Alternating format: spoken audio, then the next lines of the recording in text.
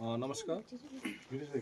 आज 31 तारिकको दिन यहाँ रङ्गुन निवासी राकेश तामाङज्यूकोमा हामी आएको छौँ, जो चाहिँ किडनी पेसेन्टको रोगी हुनुहुन्थ्यो र हाम्रो फाउन्डेसनद्वारा चाहिँ यो 1 महिनाको हाम्रो बिहिबार गरेर चाहिँ गोर्खाहाटमा हामीले गरेर घुममा उठाएर चाहिँ हामीले 50,000 40 रुपियाँ चाहिँ आज हामीले उहाँको घर परिवार साथै समाजका प्रेसिडेन्ट सेक्रेटरी पनि आउनुभएको छ, उहाँलाई हामीले जम्मा गऱ्यौँ र आज यो 31 तारिकको दिन चाहिँ हाम्रो जुन चाहिँ एउटा सानो सभा यो राखेको थियौँ, त्यो सभाको अध्यक्ष चाहिँ हाम्रो भाइस प्रेसिडेन्ट नन्द छेत्रीद्वारा आज उहाँलाई सभापति राखेर हामीले यो सभा राखेको थियौँ र प्रेसिडेन्ट उहाँ समाजका प्रेसिडेन्ट र सेक्रेटरीज्यू पनि आउनुभएको थियो र हाम्रो प्रेसिडेन्ट सोनामतीज्यू चाहिँ केही कारणवश आउनु पाएन।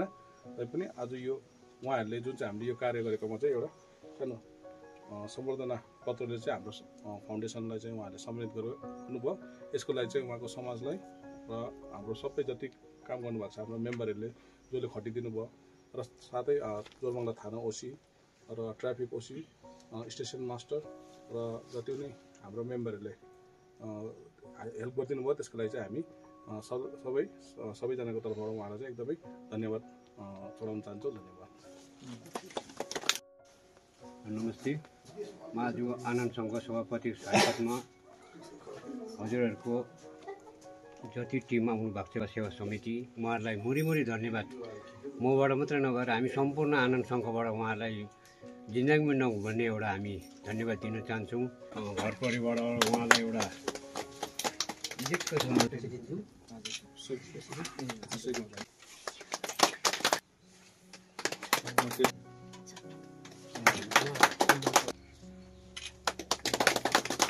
सम्बर्धना पत्र सेवामा अब यो दिनाङ्क 31/3/2025 सभापति सचिव हिमालयन सर्वसेवा फाउन्डेसन मासै मासाया हजुरहरूले हाम्रो आनन्द सङ्घका एक सदस्य श्री राकेश तामाङज्यू जो मृगौलो रोगी हुनुहुन्छ, जसको उपचारको निम्ति हजुरहरूको सङ्गठनले जुन आर्थिक सहयोग गरेर श्री राकेश तामाङ परिवारलाई दिनुभएको सहयोगको कदर गर्दै हामी आनन्द सङ्घको तर्फबाट मुरी धन्यवाद दिँदछौँ।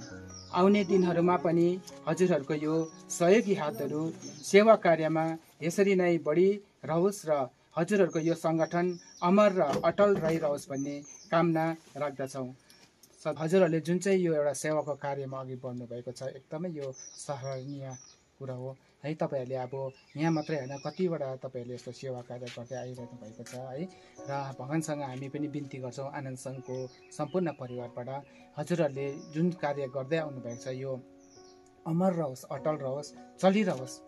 भगवान्ले तपाईँहरूलाई एकदम दीर्घ आयु राखिदिउन् है, सुस्वस्थ राखिदिउन् र यस्तो कार्यहरूमा सधैँ जुट्ने तपाईँहरूलाई हौसला शक्ति भगवान्ले प्रदान गरिदिउन् भन्ने भगवान्सँग कामना गर्दै हामी यो आनन्द सङ्घको तर्फबाट हामी हजुरहरूलाई यो सानो भेट तपाईँहरूलाई हामी दिन लागिरहेका छौँ र हाम्रा सभापति सचिवज्यूको हातबाट यो हस्तान्तरण गरिदिनु म उहाँहरूलाई निवेदन गर्दछु। यो जुन चाहिँ 50,000 40 रुपियाँ जुन चाहिँ हाम्रो रकम छ, यो चाहिँ आज हामी यहाँ समाजका प्रेसिडेन्ट र सेक्रेटरीज्यूलाई सुम्पिँदैछ।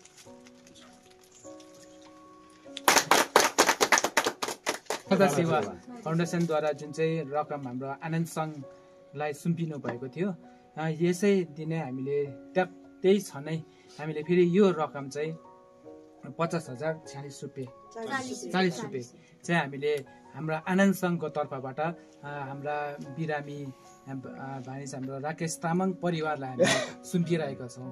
उहाँको परिवारले यो रकम चाहिँ लिइदिने हामी अनुरोध गर्दछौँ।